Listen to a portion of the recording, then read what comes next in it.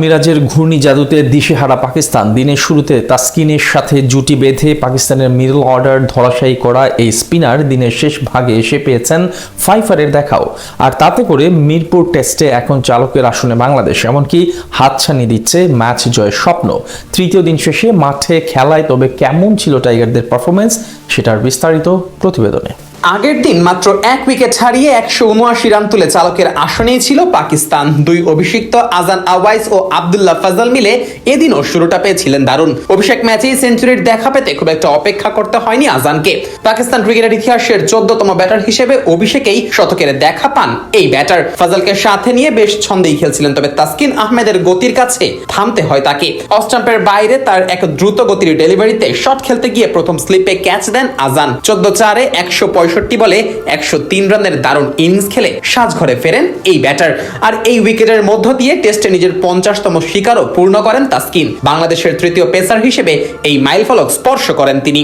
এরপর বেশি সময় ক্রিজে থাকতে পারেননি পাকিস্তানের অধিনায়ক শান মাসুদ। তাসকিনের অফ স্টাম্পের বাইরের বলে ড্রাইভ করতে গিয়ে শর্ট পয়েন্টে ক্যাচ দেন। এরপর পাকিস্তানকে আরো চাপে ফেলেন স্পিনার মেহেদী হাসান মিরাজ। প্রথমে এলবিডব্লিউ করে ফেরান সাউথ শাকিলকে। এরপর বড় শট খেলতে গিয়ে আউট হন 60 রান করা অভিষিক্ত আরেক ব্যাটার আব্দুল্লাহ ফাজল। মিড অন অঞ্চলে সহজ ক্যাচ তুলে দেন তাইজুলের কাছে। কিছু সময় পরই তাসকিনের একটি নো বলে বড় সুযোগ হাতছাড়া করে বাংলাদেশ। অফ স্টাম্পের বাইরে বল খেলতে গিয়ে উইকেট কিপার লিটন দাসকে ক্যাচ দেন সালমান, তবে তাসকিনের পা ক্রিজের বাইরে থাকায় সেটা হয়ে যায় নো বল। 0 রানে সালমানকে ফেরানোর সুযোগ হারায় বাংলাদেশ। লাঞ্চে যাওয়ার সময় পাকিস্তানের সংগ্রহ দাঁড়ায় 5 উইকেটে 251। ওই সেশনে 4 উইকেট তুলে নিয়ে ম্যাচে বেশ ভালোভাবেই ঘুরে দাঁড়ায় বাংলাদেশ। লাঞ্চের পর পাকিস্তানের ইনিংস গড়ার দায়িত্ব নেন মোহাম্মদ রিজওয়ান ও সালমান আলী আগা। দুজনে মিলে টাইগার বোলারদের কোনো সুযোগই দিচ্ছিলেন না। তাসকিনের সেই নো বলের জীবন কাজে লাগিয়ে আত্মবিশ্বাসের সঙ্গে ব্যাট করতে থাকেন সালমান এবং পূর্ণ করেন নিজের অর্ধশতক। অন্যদিকে রিজওয়ান ও নাহিদ রানার 1 ওভারে 3টি 4 মেরে পৌঁছান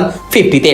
ষষ্ঠ উইকেটে তাদের জুটি 17 রান পার করলে আবারও ম্যাচে ফেরে পাকিস্তান। শেষ পর্যন্ত এই জুটি ভাঙেন স্পিনার তাইজুল ইসলাম। বড় শট খেলতে গিয়ে মিড অফে ক্যাচ তুলে দেন রিজওয়ান। পাকিস্তানি এই ব্যাটারের আউটের কিছুক্ষণের মধ্যেই মিরপুরে নেমে আসে গুড়ি গুড়ি বৃষ্টি। আকাশ ঘন কালো মেঘে ঢেকে যাওয়ায় চারপাশ অন্ধকার হয়ে পড়ে এবং খেলা বন্ধ ঘোষণা করেন আম্পায়াররা। বৃষ্টির সময় পাকিস্তানের সংগ্রহ ছিল 6 উইকেটে 349 রান। বৃষ্টির পর আবারও মাঠে নামলে গতির ঝড়ে সালমানকে কাবু করেন নাহিদ রানা।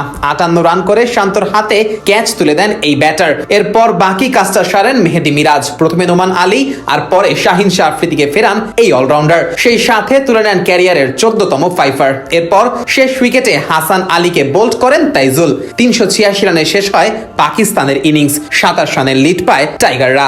এরপর ব্যাটে নেমে টাইগাররা 7 রান তুললে আলো স্বল্পতায় শেষ হয় তৃতীয় দিনের খেলা। 34 রানের লিড নিয়ে ফিরে যায় বাংলাদেশ।